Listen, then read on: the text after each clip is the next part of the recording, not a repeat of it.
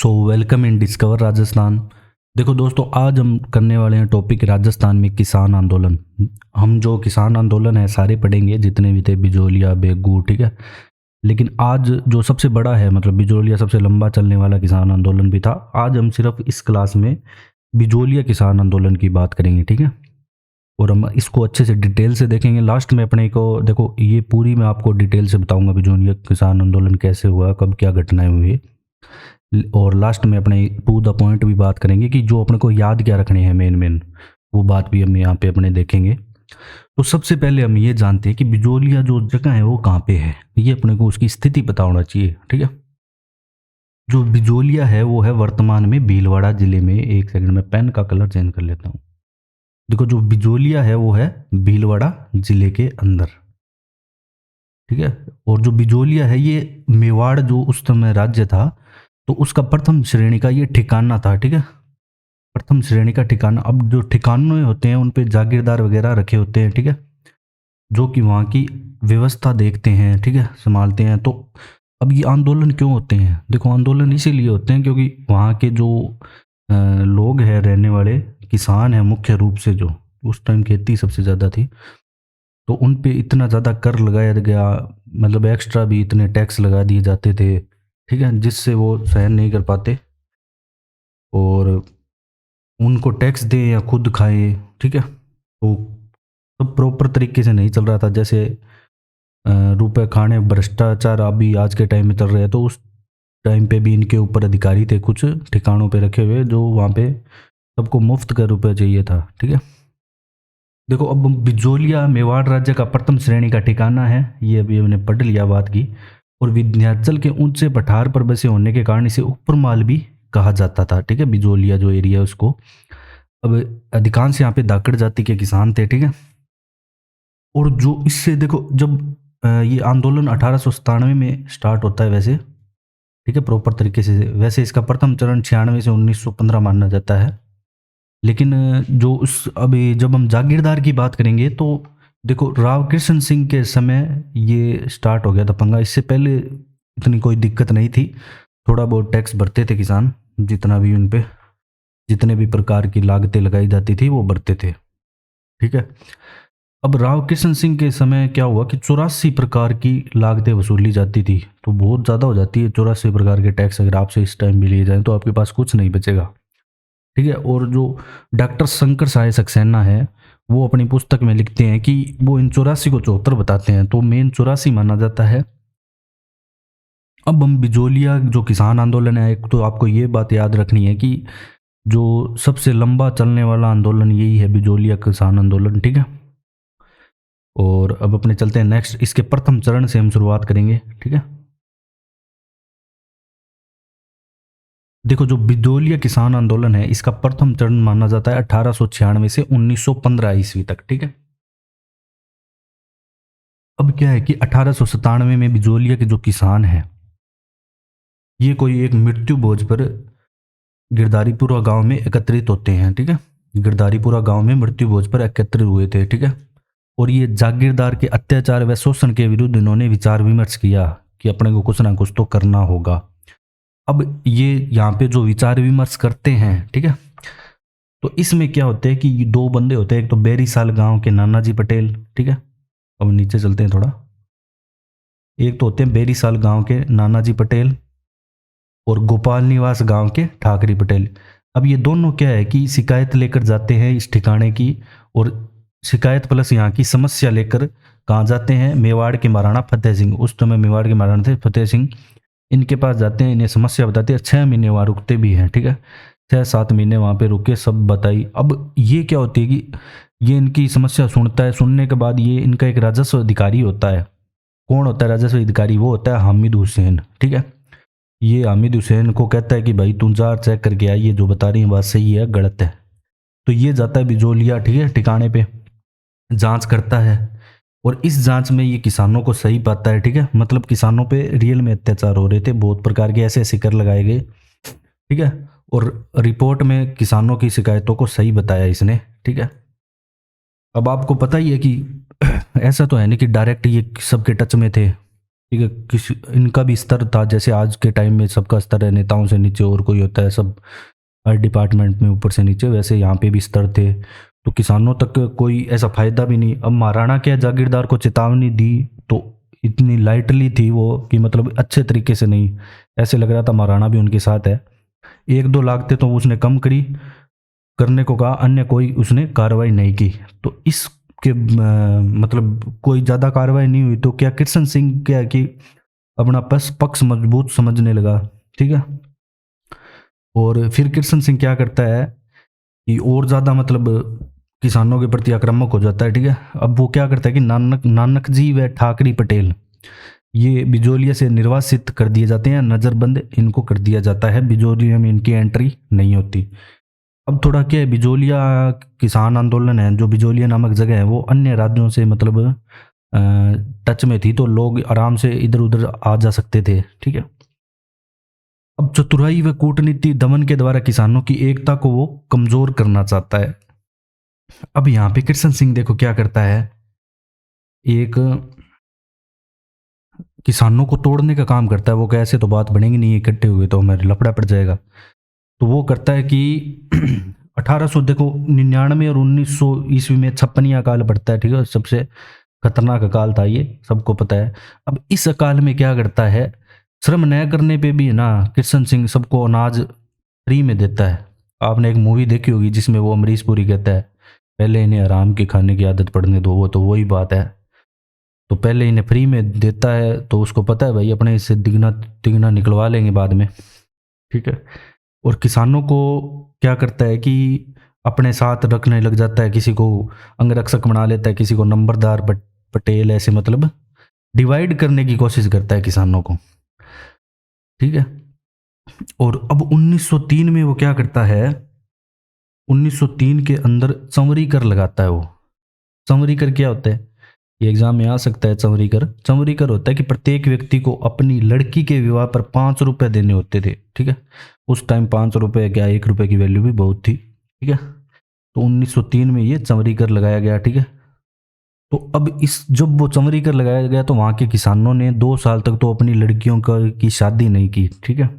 और वो इस समस्या को लेकर महाराणा के पास भी गए, वहाँ भी मतलब उनसे बात भी नहीं हो पाई और उस समस्या को नहीं सुना गया अच्छे से। ठीक है। 200 विवाह योग्य कन्याओं को 1905 में लेके गए थे। ठीक है।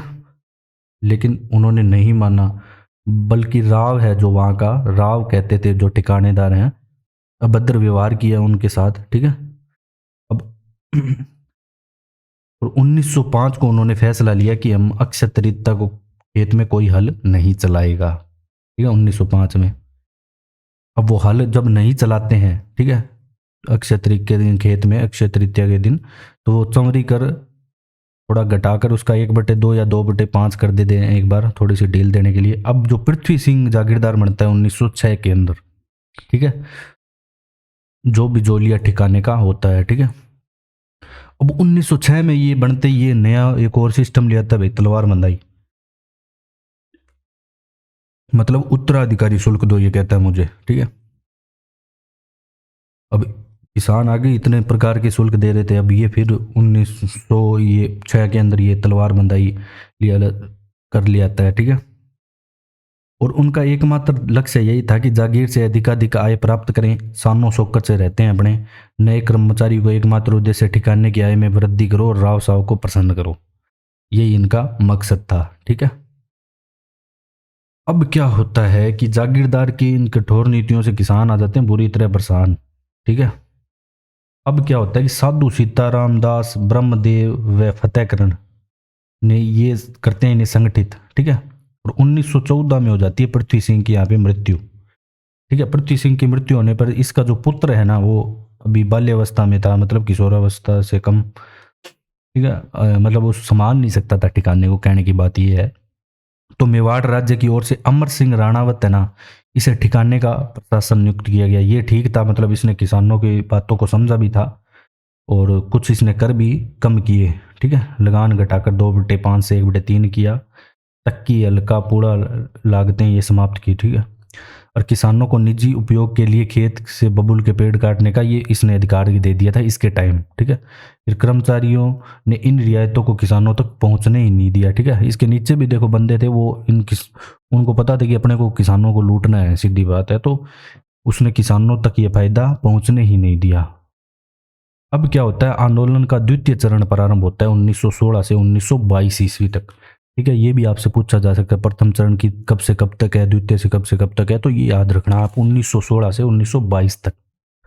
अब देखो 1916 में साधु सीताराम दास, ठीक है, और मगनलाल शर्मा, ये किया है कि विजय सिंह जो पथिक हैं, ठीक है, विजय सिंह पथिक ने बिजोलिया किसान आंदोलन का नेतृत्व संभाला। तो आपको पता होना चाहिए इन्होंने, विजय सिंह पथिक ने बिजोलिया किसान आंदोलन का नेतृत्व कब संभाला, तो 1916 आपको याद होना चाहिए, ठीक है, अच्छे से।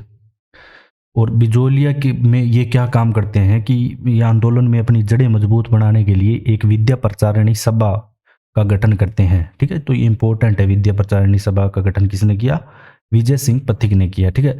अब इसके तहत ये क्या करते हैं, उस ठिकाने पे पुस्तकालय, पाठशाला व एक अखाड़ा शुरू करते हैं, ताकि जिससे जहाँ पे अपने किसी भी माध्यम से किसानों को प्रेरित कर सकें कि आपके साथ जो गलत हो रहा है उसके हम कैसे मतलब समस्या का हल पा सकते हैं। अब वहाँ पे माणिक्यलाल वर्मा होता है, वो ठिकाने की नौकरी छोड़कर आंदोलन में जुड़ जाता है, ठीक है। माणिक्यलाल वर्मा भी ये कहता है कि अपने अब किसानों को उनका हक दिला के रहेंगे। तो विद्या प्रचारिणी सभा का याद रखना, विजय सिंह पथिक। अब बेरीसाल गांव में एक बिजोलिया किसान पंचायत का गठन होता है, ठीक है, और एक इसकी केंद्रीय समिति होती है, वो है ऊपरमाल किसान पंच बोर्ड, ठीक है। और पंचायत का जो सरपंच है वो मन्नालाल पटेल को बनाया जाता है। अब क्या होता है, 1916 में ठिकाने के जागीरदार 10 रुपए प्रति हल प्रथम विश्व युद्ध के लिए चंदा मांगने लग जाते हैं। अब इनको तो भाई रुपए लूटने थे, कैसे लूटें, तो ये भी नई नई स्कीमें ला रहे थे। जैसे आजकल डिजिटल स्कीमें आ रही है, वैसे उस टाइम भी स्कीमें थी कि प्रथम विश्व युद्ध चल रहा है, 10-10 रुपए दो भाई सभी प्रति हल, और किसानों द्वारा इसका भी यहाँ पे विरोध किया गया था, ठीक है। अब वही गांव होता है गोविंद निवास, ठीक है। गोविंद निवास गांव के एक बंदा है नारायण पटेल, ठीक है। अब ये इसके पास वो लेने आए हल, वही चंदा व बेगार इसने देने से मना कर दिया। अब इसको कर लिया गया गिरफ्तार। फिर 2000 किसान एकीकृत होकर नारायण पटेल को छोड़ दो या हमें भी जेल में डालो, ठीक है। और प्रशासक से नारायण पटेल को मुक्त करवा लिया, ठीक है। बाद में उन्हें छोड़ना पड़ा किसानों के दबाव में आके नारायण पटेल को। यहाँ पे ये गोविंद निवास गांव की घटना है। इसके बाद क्या है कि दमनकारी नीति, किसानों को जेल में डाला गया, उनकी खड़ी फसलें नष्ट की गई इस घटना के बाद, ठीक है। और यहाँ पे क्या है, माणिक्यलाल वर्मा व साधु सीताराम दास को भी यहाँ पे गिरफ्तार कर लिया गया था एक बार। और बिजोलिया की स्थिति के नियंत्रण के लिए मेवाड़ सरकार ने 1919 ईस्वी में किसानों की शिकायतों की जांच के लिए फिर एक और आयोग बनाया, ठीक है। पहले कौन सा जो हाकिम था वो, ठीक है, उसने जांच की थी, ठीक है, हुसैन ने। अब आयोग में देखो ठाकुर अमर सिंह होता है, अफजल अली होता है, बिंदुलाल भट्टाचार्य होता है। और ये भी सेम वही बात कहते हैं, भाई किसानों की मांग जायज है, आप मत करो उनके साथ ऐसा। लेकिन ये काम आने वाले थे, सबको चाहिए था भाई रुपए फोकट का।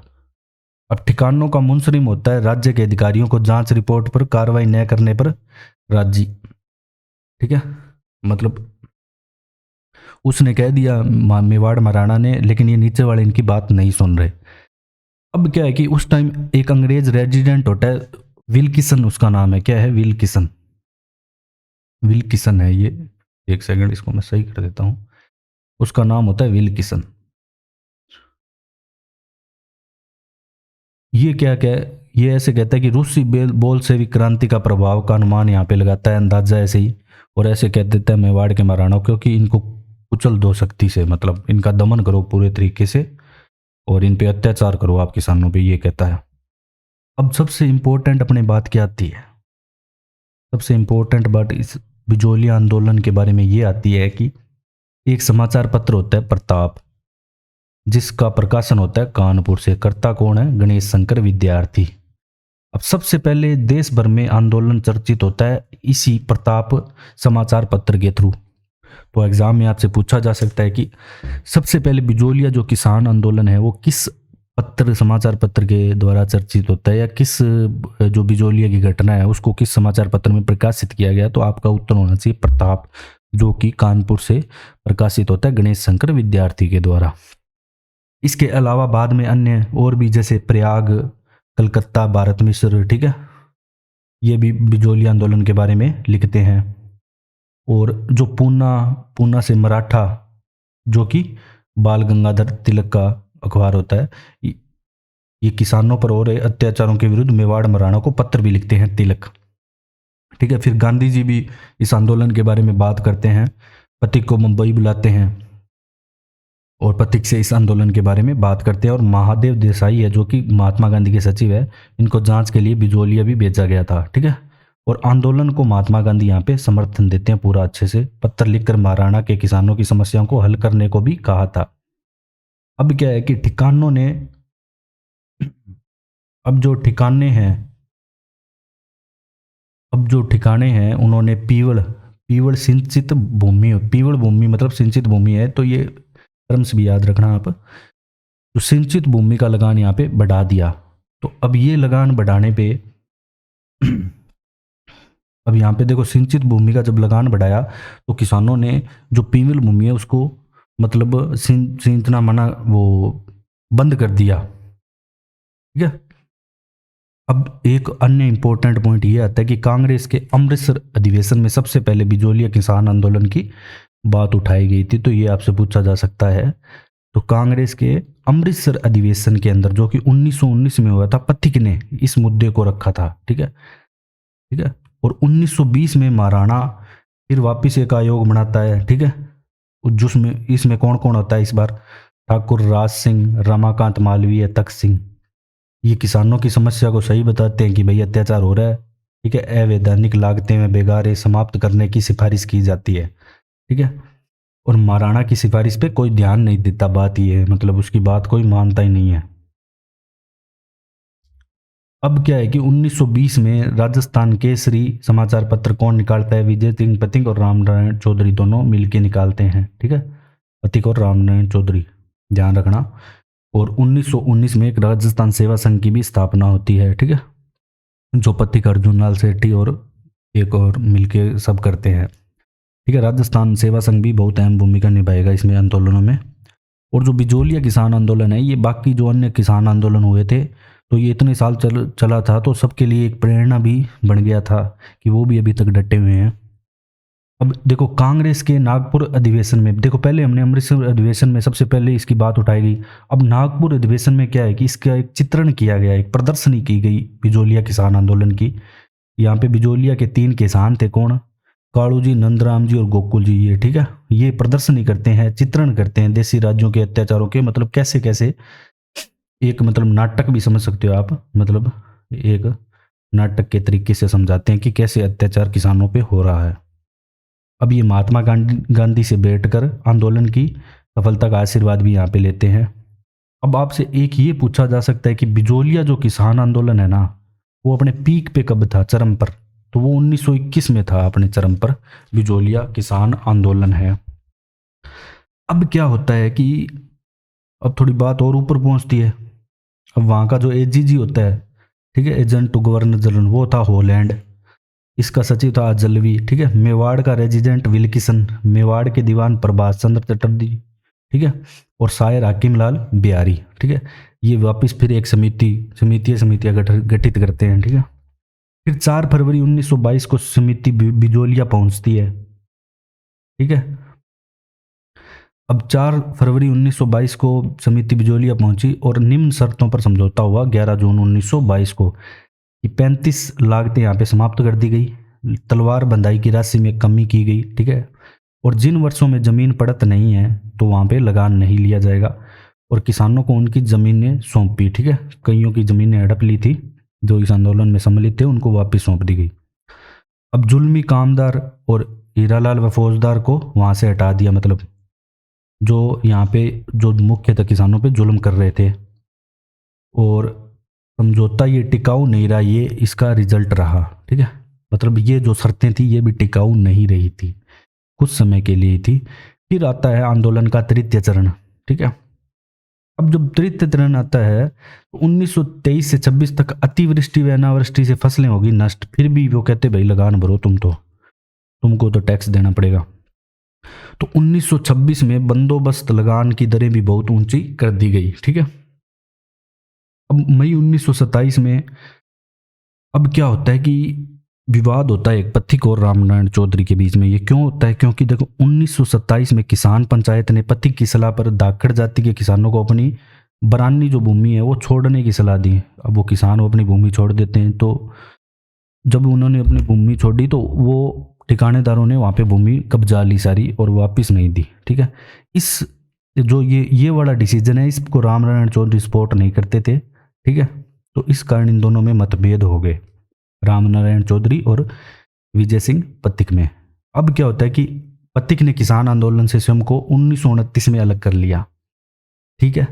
तो जब 1916 में ये कनेक्ट हुए और 1929 में इन्होंने आंदोलन से खुद को अलग कर लिया। तो ये दोनों बातें एग्जाम में आती है, आपको इनका पता होना चाहिए।